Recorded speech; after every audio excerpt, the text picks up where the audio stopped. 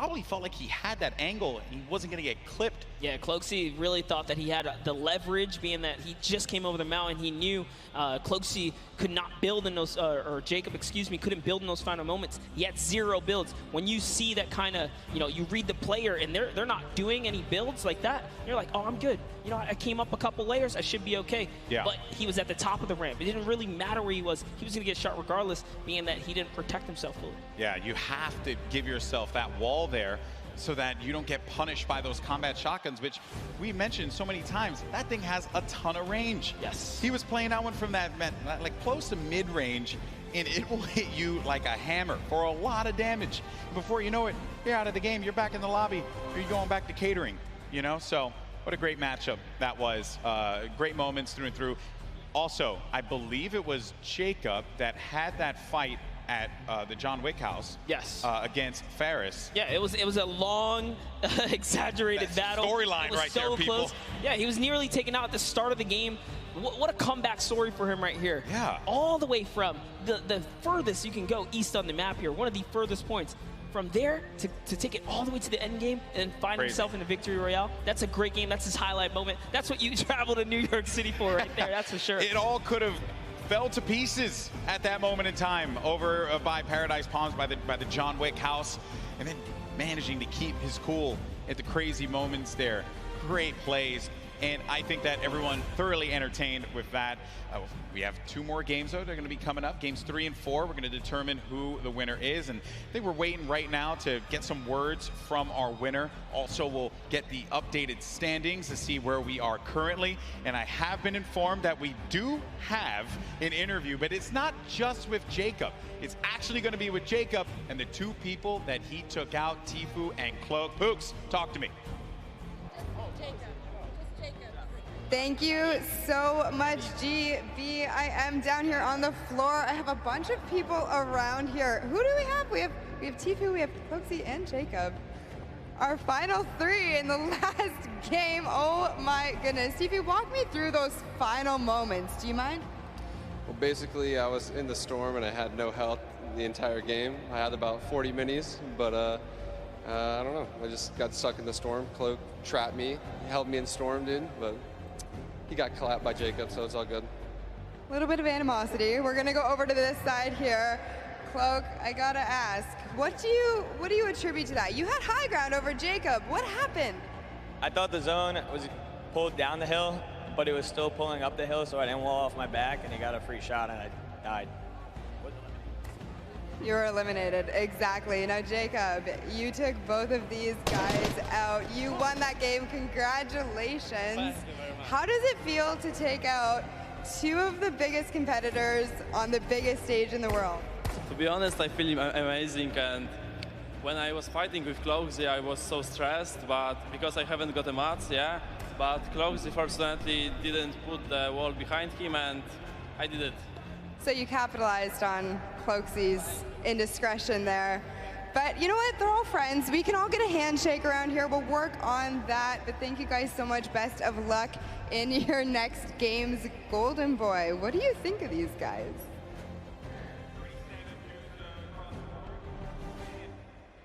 I think that the important thing to note here was that you're in those moments where you have to pay attention to where that circle is going to be going, and you just don't know at that exact moment. You're just got out of a crazy fight. You managed to get high ground. You know that this guy's below, and you don't see any builds coming out. So at that point in time, you're like, okay, I gotta just heal up. I gotta heal up. That's what I'm focused on. Yeah, the problem is you can't assume anything, especially in these final moments. You don't know if you're going against a pro or a celebrity. And Jacob right here, traveling all the way from Poland now to show up and make it happen.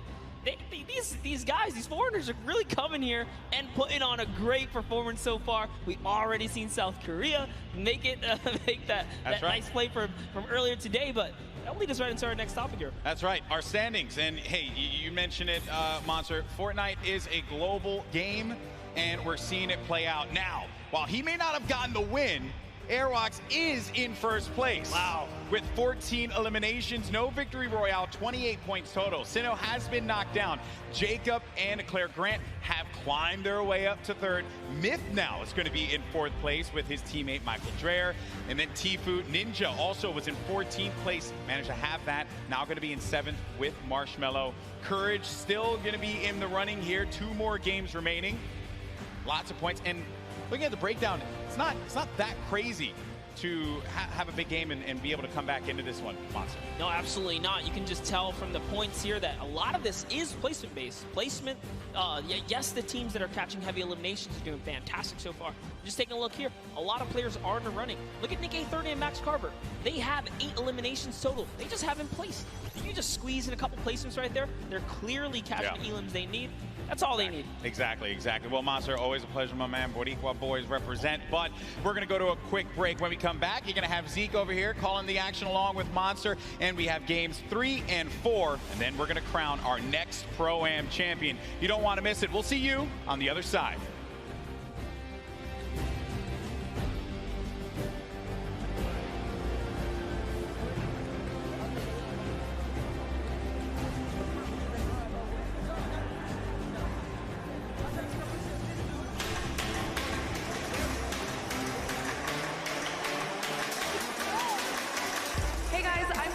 And I'm here in the player lounge, and I wanted to find out what duo is going to be targeted the most today.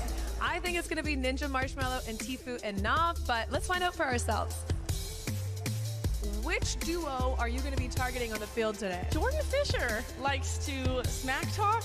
Jordan, I'm coming for you. Last time Tfue took me down, so I think I'm going to try and take revenge on him. Well, I was practicing with One Shot Girl and Nick A30 and Chandler Riggs, and I know that they're going shifty, so you might catch me there. Targeting every opponent in the game today. Any chance I get to take a shot and run, that's the name of the game for me. Take the shot and run. I don't want to name names. I got a couple friends here who might not see me coming, might see me coming. I'm going to be rolling around in a ball, trying to get some late game points and then get some elims at the end of the game. So I'm not going to be really targeting anybody. All the 9-9 opponents will be eliminated by me, by the power of the heavy metal drum detonator.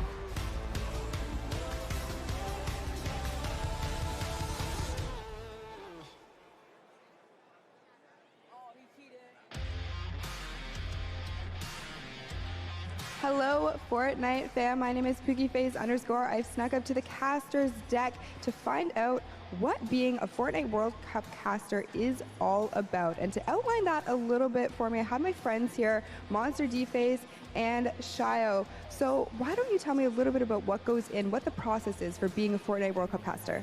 Well, it all begins with preparation. When it comes down to handling what is the Fortnite World Cup, you have to prepare. We're talking solo and duo competition here. Not only that, we are slammed with a Pro-Am.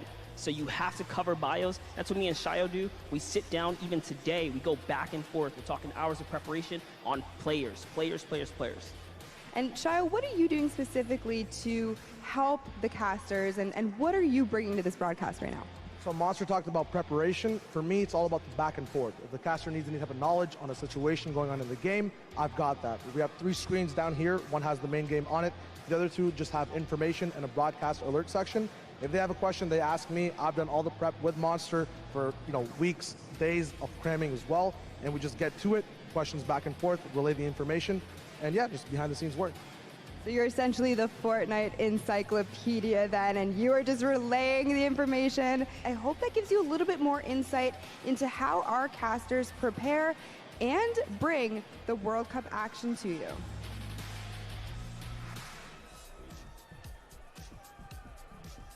Hey, I'm Steves. And I'm Elevate. We're professional Fortnite players for 100 Thieves, and we're excited to play in the Fortnite World Cup.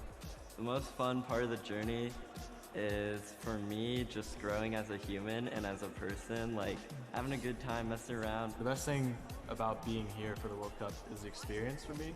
Like leading up to it, all the experience that I've gained, I can't have thought of something better to have been doing. Like, this has been the greatest opportunity for me. If you're trying to get better at Fortnite, just play non-stop. Find someone that you can stick with, I mean, I know everything about this guy, he knows everything about me, so I think that's what's going to carry us in the World Cup. If you're trying to get better just at this game, a lot of things are just like, no, you're not the best player out there, and no, you're not perfect at any one thing. The game's always adapting, it's still really new. Just knowing that there's always someone better than you and that you can always be better is very important. I think for duos, we're most definitely worried about Arkham and Falconer. They're one of the best on the West. Oh. I don't know if I can hold it by myself. Oh, yeah. There's no way it's this heavy. Let it on me. Oh my god. Wait, I got this. Why is this insane? Let go. I got it. I'm so strong, bro. One angle. Oh my. Why did they make it this heavy? This makes no sense. Shouldn't you know we're all like scrawny little gamer boys? Like, I'm going for it. Oh. Yeah, if I win, I'll definitely buy myself a Lambo, and then maybe my brother a Lambo, and then maybe my sister a Lambo, and then maybe my grandparents a Lambo. Pull up your own weight. Maybe my father a Lambo. This is Cease, and the world's cutest e-athlete. Make sure you root us on the Fortnite World Cup. I'll see you guys later.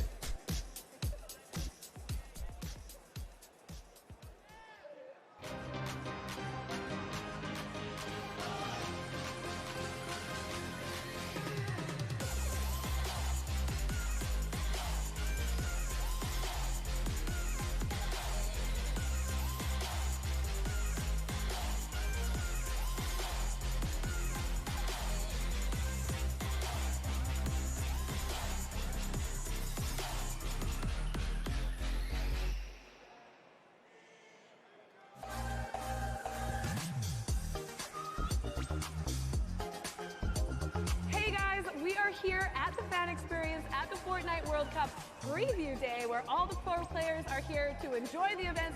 Cookie, what are you excited by? I've seen zip lines, I've seen mini golf, I've seen Nerf guns, Kitty. Also saw ballers. I can't wait to get into it. Let's go!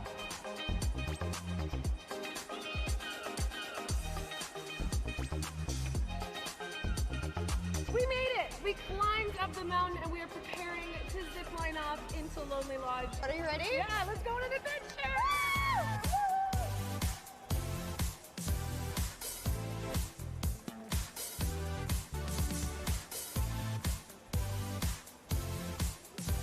Kitty, we made it over to the mini putt course. Woo! Nailed it! Hole in one.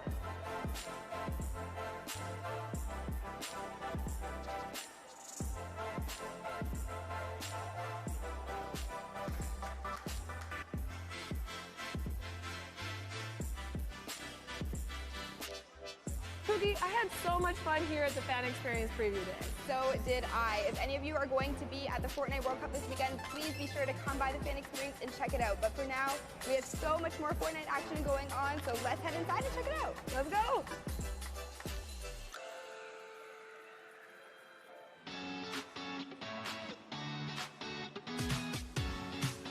Hey guys, it's Kitty Plays, and I'm in the player lounge, and I want to know who everyone's favorite skin is and why.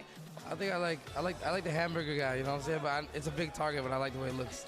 I'd say my favorite skin is probably the default still. I literally just randomize it. The blow up dude, he's the inflatable guy. The surfer dude, because I've been getting more eliminations with him. My favorite's default, because I'm a default. The bright bomber. It's so OG for me. And me.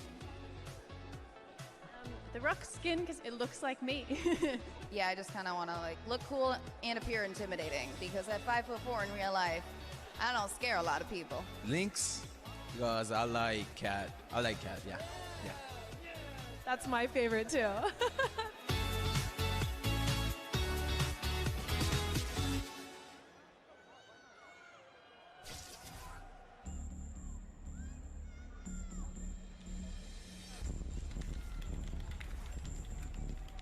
It's not really just sitting in the chair and messing around on my computer. It's more serious stuff behind it than that. If I work out, I have a mental coach which helps me relieve stress. Awesome. If I try to eat healthy, I usually eat chicken and rice. I think that's why. I I play in such a high level. He is so innovative. So this is what I was talking about. My name is Martin Foss Anderson. I'm 14 years old, and I am Mr. Savage. Let's go, boys.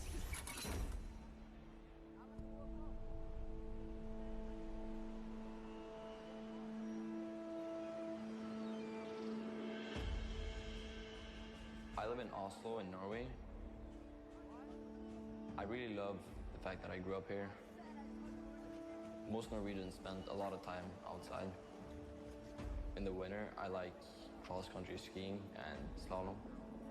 But I think my favorite activity outside is playing football with my brother.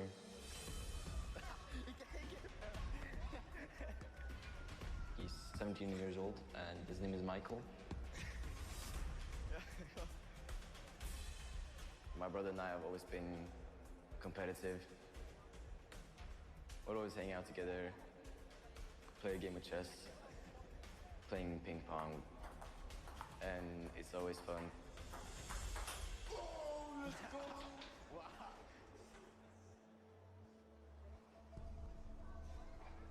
My brother has a big role when it comes to my Fortnite career. He introduced me to the game, so without him, I maybe wouldn't even have started playing the game. At the beginning, we played a lot of games. I was better than him, and then he just exploded and took over. He has insane reactions. He thinks really fast. Oh my goodness! Mr. Savage M! My creativity gives me a couple of advantages. A grenade launcher. He's using it perfectly. You gotta place your structures quick. You gotta be fast, especially in the late games of the match. The best shadow bomb use I've ever seen! Rising to the top of the mountain. Oh my God!